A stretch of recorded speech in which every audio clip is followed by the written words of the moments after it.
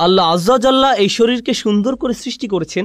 প্রকৃতপক্ষে একজন পুরুষের কাছে সবচেয়ে আকর্ষণীয় বিষয় হলো একজন নারী। আল্লাহ আজ্জা ওয়া জাল্লা এই শরীরকে সুন্দর করে সৃষ্টি করেছেন। যুয়্যিনা লিন্নাসি হুব্বুশ শাহাওয়াতি মিনান নিসা, মানুষের কাছে সবচেয়ে বেশি সুশোভিত করা হয়েছে নারী। এটি খুবই প্রভাব বিস্তারকারী শক্তি।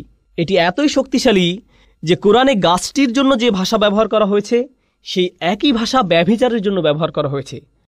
লা তাকরাবু হাযিহিশ শাজারা লা তাকরাবুজ জিনা লা তাকরাবুল ফাওয়াহিশ, ব্যভিচারের কাছেও যেও না, কোনো নারীর সাথে অবৈধ সম্পর্ক করার কাছেও যেও না, কোনো ধরনের নির্লজ্জতা এবং বেহায়াপনার ধারে কাছেও যেও না। অতএব এটি খুবই ভয়ঙ্কর। আর এটা এমন কিছু ঠিক গাছের নিকটবর্তী হওয়ার মতো, কাছে গেলেই এটা আপনাকে টেনে ধরবে। ভেবেছিলেন এটা তো শুধু দৃষ্টি বিনিময়, তাকে দেখে পছন্দ হয়ে গিয়েছিল, এরপর আবার তাকালেন, সে মুচকি হাসি দিল, আপনিও হাসলেন। এখান থেকে ধীরে ধীরে একটা চক্রের মধ্যে আটকে গেলেন। এরপর সব কিছু সীমার বাহিরে চলে গেল। কিছু বুঝে ওঠার আগেই এমন কিছুতে আটকে গেলেন, বুঝতেও পারছেন না কিভাবে বের হবেন। সুতরাং কাছে না যাওয়ার উপদেশটি উত্তম একটি উপদেশ, কারণ আপনি জানেন না কোথায় থামতে হবে। কিছু দূর অগ্রসর হওয়ার পর আর থামতে পারেন না। তো আল্লাহ আজ্জা ওয়া জাল্লা বর্ণনা করেন, যখন মানুষ আল্লাহর অনুমোদিত পথের বাহিরে গিয়ে একে অন্যের নিকট লজ্জাস্থান প্রকাশ করে দেয়, এটাই তখন চূড়ান্ত কদর্যতা, এটাই তখন মানুষের চূড়ান্ত কুৎসিত রূপ। পুরুষ এবং নারীর সুন্দর একটি ভালোবাসার সম্পর্ক থাকার কথা। আল্লাহ আমাদের সুন্দর করে সৃষ্টি করেছেন যেন আমরা একে অন্যের প্রতি আকৃষ্ট হই।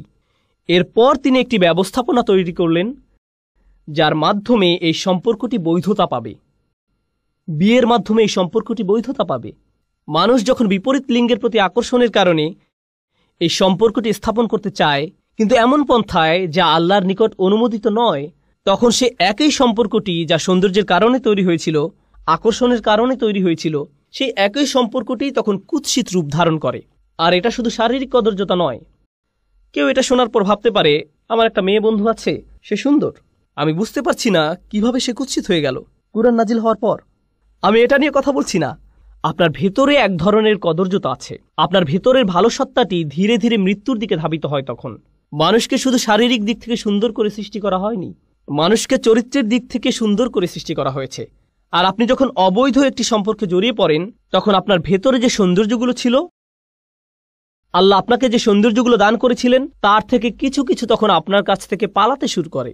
আপনার ভেতর থেকে টেনে হিঁচড়ে বের করে ফেলা হয়। ফলে দেখবেন, যখন কোনো যুবক ছেলে কোনো মেয়ের সাথে অবৈধ সম্পর্কে জড়িয়ে পড়ে, বা কোনো মেয়ে কোনো ছেলের সাথে, তখন লক্ষ্য করবেন তারা দিন দিন তাদের পিতামাতার সাথে বদমেজাজি আচরণ থেকে আরও বেশি বদমেজাজি আচরণ করতে থাকে। তাহলে দেখা যাচ্ছে এই সম্পর্কটি তাদের জীবনের অন্যদিকে কদর্যতা নিয়ে এসেছে।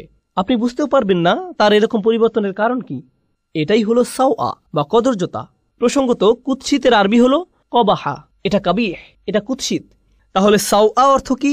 আরবিতে সাওয়া মানে লাশ। লাশ দেখা মানুষের দৃষ্টিতে খুবই অস্বস্তিকর এবং কদর্য। এর দুর্গন্ধ, আকৃতি, গলে পচে যাওয়া মাংস, চামড়া, এর সর্বত্র পোকামাকড়, এর সব কিছুই আমাদের চিন্তায় খুবই অসহ্য। এই চিত্রটি আল্লাহ আজ্জা ওয়া জাল্লা তুলে ধরেছেন। অন্য কথায়, আপনার শরীর জীবনী শক্তিতে পরিপূর্ণ, কিন্তু আপনার আত্মার মৃত্যু ঘটেছে। আপনার আত্মা একটি লাশে পরিণত হয়েছে।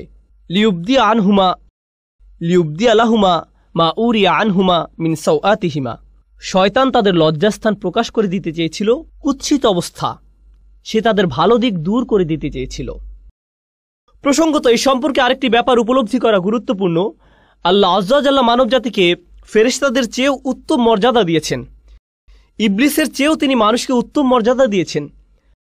আর শুধু একটি জিনিসের কারণে মানুষ এই উত্তম মর্যাদা লাভ করেছে, ওয়ানাফাখতু ফীহি মির রূহি ফাকাউ লাহু সাজিদিন।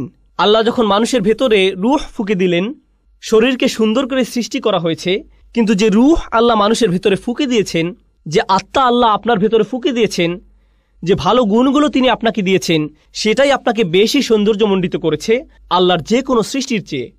সেটাই আপনাকে অন্যদের থেকে পৃথক করেছে। শয়তান এটা জানে, আর তাই সে মানুষের শারীরিক সৌন্দর্যকে কাজে লাগিয়ে তাদের আত্মিক সৌন্দর্যকে কুৎসিত করতে চাইবে। এটাই তার লক্ষ্য। পরস্পরের সম্মুখে উলঙ্গ না হওয়াটা আদম সন্তানের প্রকৃতিতেই আছে। পোশাক পরিচ্ছদ পরে থাকা, নিজেদের লজ্জা ঢেকে রাখা, এটা আদম সন্তানের সহজাত প্রকৃতিতে স্থাপন করে দেয়া হয়েছে। এজন্য মানবজাতির সকলে সহজাতভাবে নিজেদের ঢেকে রাখতে পছন্দ করে।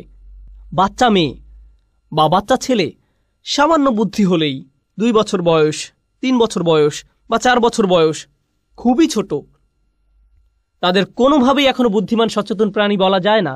কিন্তু মা জামা পরানোর সময় বাবা যদি সামনে এসে যায়, তারা লজ্জিত হয়ে পড়ে, তারা কম্বলের নিচে লুকিয়ে পড়ে।